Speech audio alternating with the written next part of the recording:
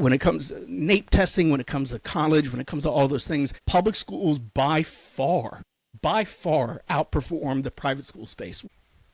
Hello and welcome to my show. My name is Rishanka Jones. And today we're talking about a topic that a lot of you have reached out to me about. What kind of school should we pick for our kid? Private or public?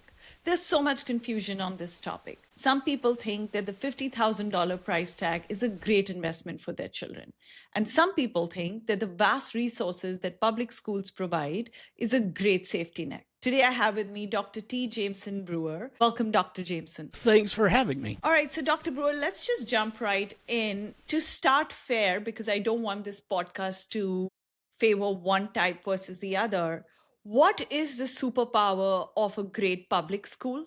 And what is the superpower of a great private school? That's a great question. I think that public education has lots of superpowers in no particular order. One of the greatest superpowers of public schools is that they are public in nature. Every single child is welcome to attend. Every single child that is here in the nation has access to a public education. Teachers that are staffing public schools, they have bachelor's degrees, they have master's degrees, they have doctorates in their subject fields, they've gone through some type of certification process. They continue to do professional development to grow as an educator. And again, so what you have here, you have an entire group of teachers and educators we will call professional and qualified, providing that access, providing that service to literally every student, regardless of their income, regardless of their race, their religion, any of those things. When it comes to private education, at least in my view, I do tend to think that public schools do offer a little bit more in terms of benefits for families, parents, and students. Private education can be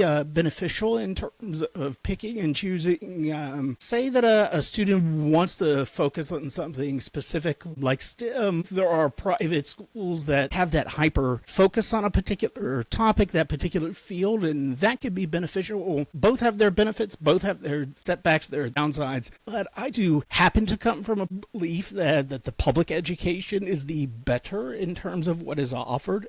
And that comes from decades and decades of the research literature that we have at our disposal. Yeah, no, that thank you for giving that perspective. I do know that you have a teaching background as well in a public school, so that of course helps. Let's talk about the safety net and the agility. So public schools are required by law to have deep resources for every type of learner. But private schools don't have that. They pivot quickly and try new things like learning outside and doing outdoor learning classes. How do parents decide between the legal protections of the public school versus all this flexibility that private schools have? Private schools, they do have that flexibility, but I don't think that they have a monopoly on that type of flexibility. Just talking about going outside and having classes outside, lots of public schools do that. I mean, you might find some schools where the principal doesn't allow that, but generally the public space has the same type of flexibility. But to your point,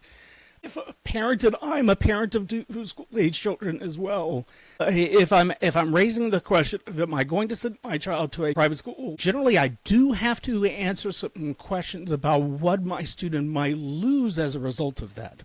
Private schools can require that the student and the parents align with a particular religious point of view or political point of view. That is not the case in the public space. But in those private worlds, what we generally find is that they don't provide things like transportation, right? So that would be a question. If I'm going to send my kids to a private school, what type of transportation possibilities exist? But one of the largest things that we see that private schools do not have in terms of their flexibility is that the vast majority of them do not provide full services for students with special needs, right? So if I'm a parent with a child who has special needs, a particular private school may not have the full staff that would be needed to attend to my child plus the other children's needs for their caseload, whereas the public school is required by law to do that, right? So lots of choice here, but yeah, to use your phrase, the safety net of the public school, because it is the cornerstone of our democracy, it has a significant amount of regulations that require that the needs of all students be met.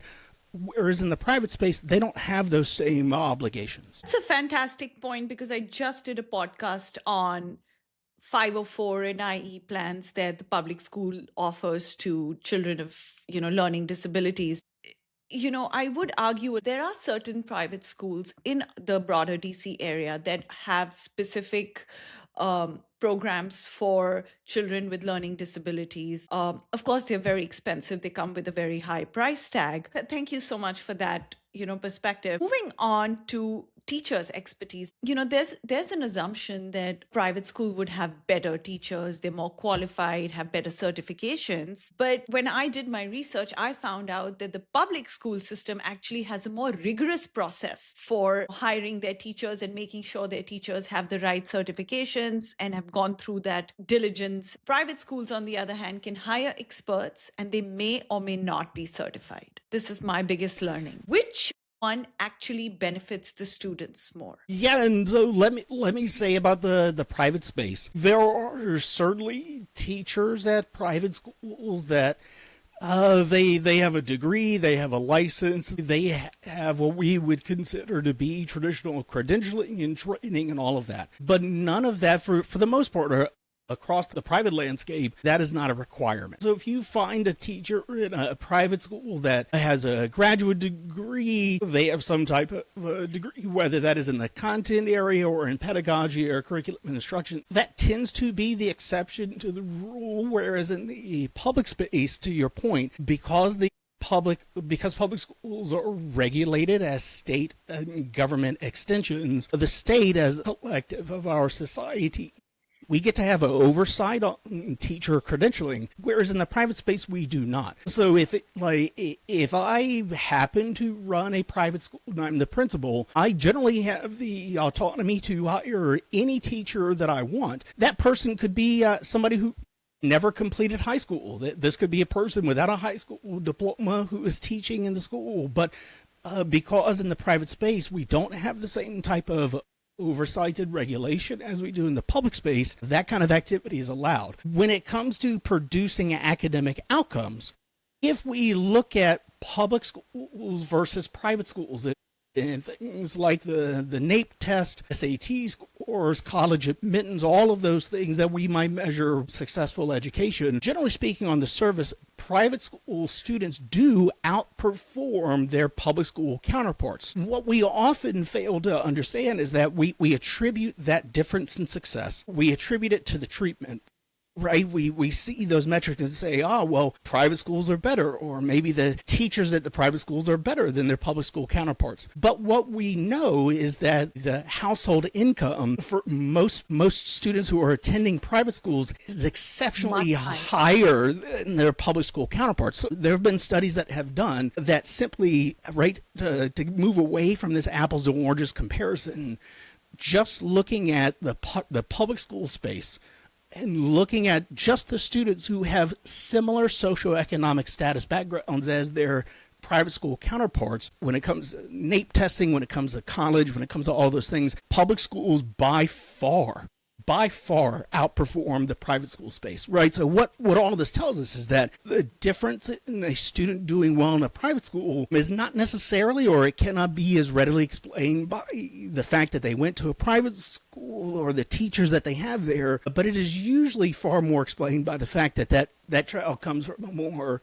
affluent background. And we've known since the 1950s that household income, household economy, the higher that is, generally speaking, educational outcomes are higher as well. Yeah, that's such a fantastic point. And actually, I have a follow-up to that. Public schools serve everyone, to your point, right? But private schools have the option of cherry picking and expelling students who are very expensive to teach. So you're kind of trying to get the best of the best, and then you're trying to compare it with the public school's outcome. I don't think that's comparing apples to apples. But does this create a false success rate for private schools because they only keep the kids that are easy to educate? Yeah, 100%, right? This effectively, anytime we see whether it's like a think tank or some advocacy group for private education, particularly in the discussion of vouchers to attend private schools, right? And perhaps we can talk about that.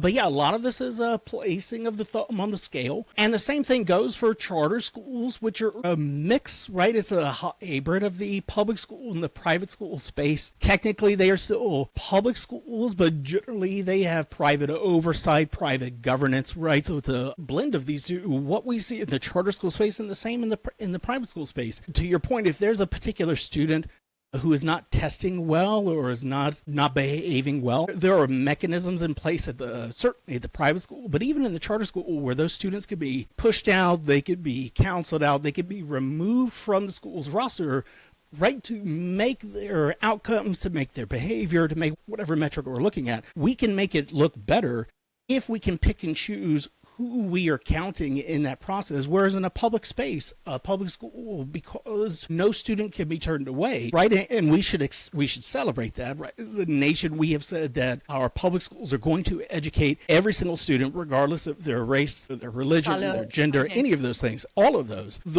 All of those students are included in the metrics, right? So yeah, if you can cherry pick the students that you're teaching, of course the metrics look better. Yeah. So, one thing I've noticed, I'm talking in general, the public schools in Howard County are using technology a lot these days. A lot of the teaching is being done through YouTube. There's a heavy reliance on technology. Do you think it is because of underfunding, or is it that they're just trying to pivot into a more, say, less human and more technology environment where children get used to what's coming for them in the next generation? Because that makes me wonder, what's the point if you're just going to turn on the television and tell the children to learn there? Then I can just do that at home, right? However, I have noticed some private schools have hands-on learning, outdoor learning. So is this a fair comparison of both the systems to find the balance with technology, or does private school also use a lot of technology?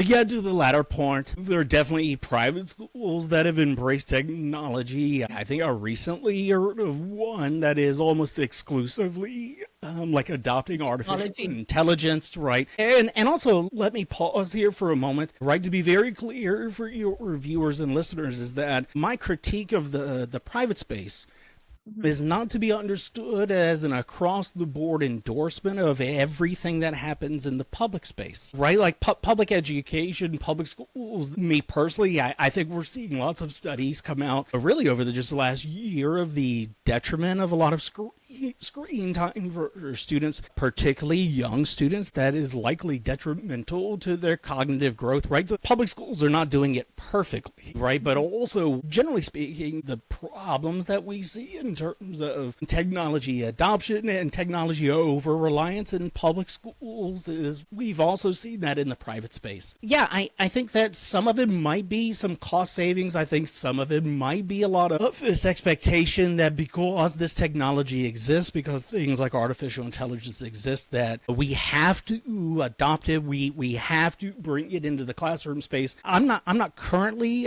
sold on that argument. I'm not certain to the extent that we have to do those things. I'm certain that as we understand more of the detriment that not just technology, but screen time in general have on students and their education, we will probably pull back from that. But that is going to require, particularly in the public school space, that states and local districts push back against this, what appears to be free money or funding for organizations like Microsoft or organizations like Google that want to put Chromebooks in all students' hands, right? Of course, they're paying for that, but this is making students into consumers, right? Advertising targets. Lots of discussion to be had about that, and perhaps pulling back from that recent practice.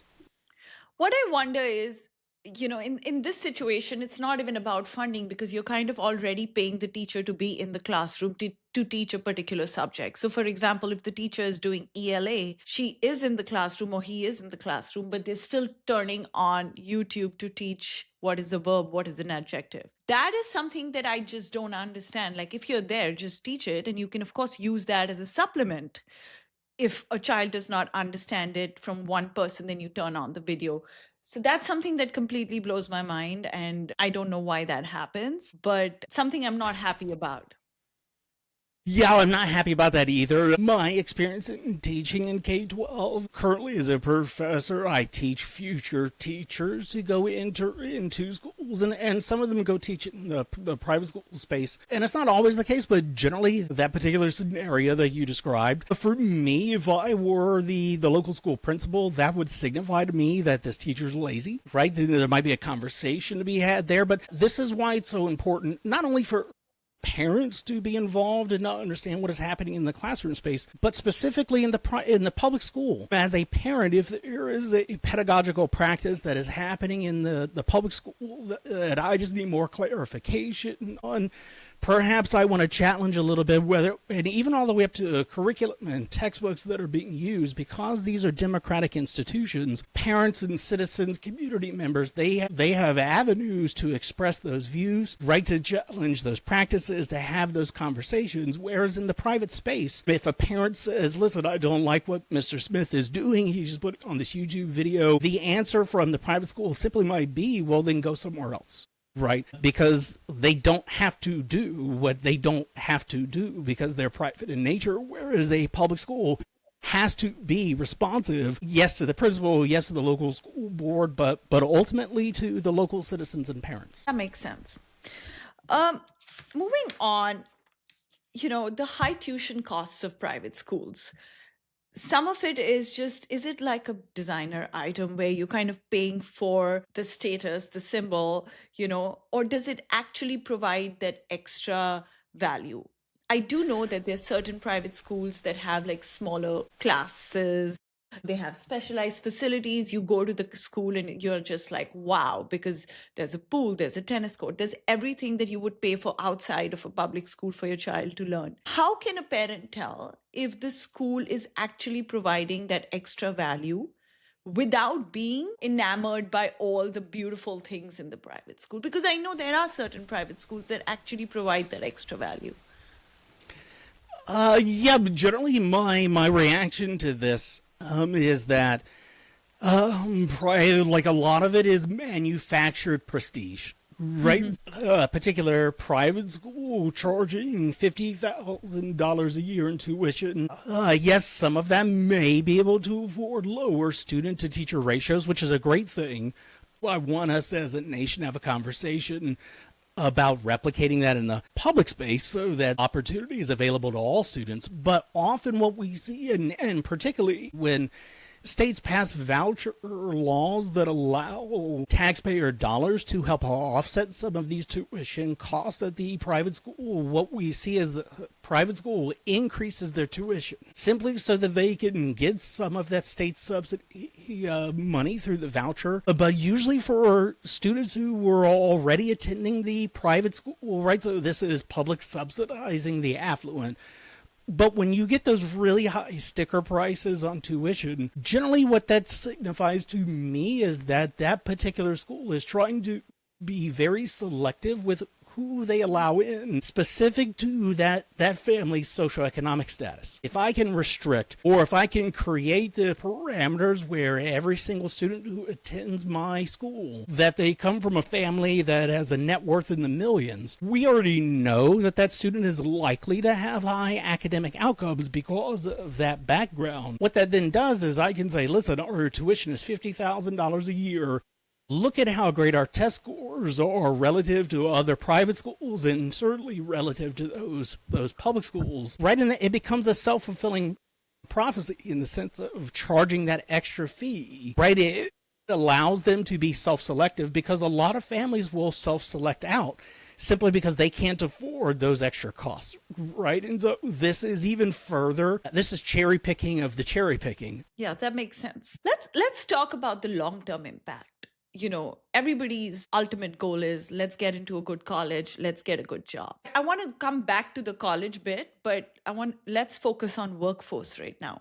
Do employers really care if the child is coming from a public school with a 4.0 GPA versus a private school with say, a 3 point something GPA? I think on the surface, particularly with GPA and things like that, no, I don't think that. I don't think that's something that employers really care about. But what employers do care about, at least in my sense, is that their prospective employee or their current employees are able to work together with each other and with their customers and their clients, and these all tend to be different types of people. If I were an employer, I would understand that statistically speaking, a student that is coming from a private school, they likely experience a lot of segregation when it comes to isolation with similar socioeconomic status, with similar race, similar, like all of those things, right? They're coming from what effectively might be considered an echo chamber, whereas in the public space, these are graduates that have experiences working with people who look like them and people who don't look like them, people who believe like them and people who don't believe like them. Having conversations with teachers, right, who aren't just reinforcing the things that parents might want to hear. It seems to me that employers or prospective employers would be far more interested in a candidate pool that reflected their current workforce and their customer base, as opposed to these segregated little pockets. My God, that makes so much sense. And that's actually a great segue into my next question, which is, I've often seen that private schools aren't actually teaching better. They're actually just better at filtering out families that work better for them, right? And so are we just paying for our kids to be around the right network, the right people? And is that network really helpful in the future? Because some people say that having the right network is what makes you successful today. Yeah, and some of this conversation, I think, bleeds into broader discussions about the types of universities that students attend. We generally know that students who attend the Ivy Leagues, right, Harvard, Columbia, those types of schools, they do develop those networks, and it is usually those networks, those graduates get particularly their first job and all of that. Those networks can be very helpful. I think the question, though, that parents have to ask is, if my child is going to be in this network right through this private space, is that the only opportunity that I want for them? And to what end would networking, very strict parameter and boundaries and echo chambers of networks, yes, that is beneficial within that network, but will that, and maybe it will, maybe it will not, will that transfer outside of that particular network? If my child wants to change careers, or if they want to move across the country, how beneficial is that established private network? And perhaps it is. But again, I would come back to the notion that public schools are specifically designed to help students become future citizens in our nation. And that captures all of that, which ostensibly would capture those other networks. I feel like if you put a student who's not good at networking, who's not very social, you could put that person in the best private school and they would come out of it without the right network that their parents had actually intended for.